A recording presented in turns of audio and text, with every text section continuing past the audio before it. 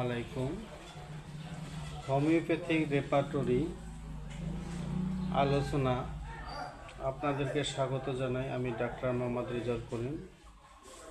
Homeopathic repertory পর্ব 5। আজকে আমরা এই আলোচনায় শিখব হোমিওপ্যাথিক ওষুধের গ্রেডিং পদ্ধতি অথবা রেপার্টরিতে ওষুধের গ্রেডিং সিস্টেম। ওষুধের গ্রেডিং বলতে আমরা কি বুঝি? আমরা দেখি যে রেপার্টরিতে কোনো রুব্রিকের অনুকূলে বা অধীনে অনেকগুলো ওষুধ পাওয়া যায়। এই ওষুধগুলো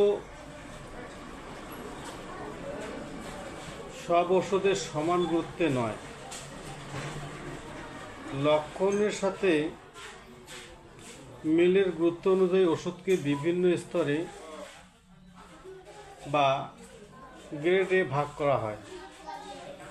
এই স্তর বা গ্রেডকে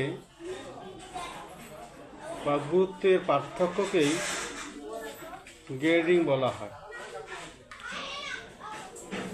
ধন্যবাদ।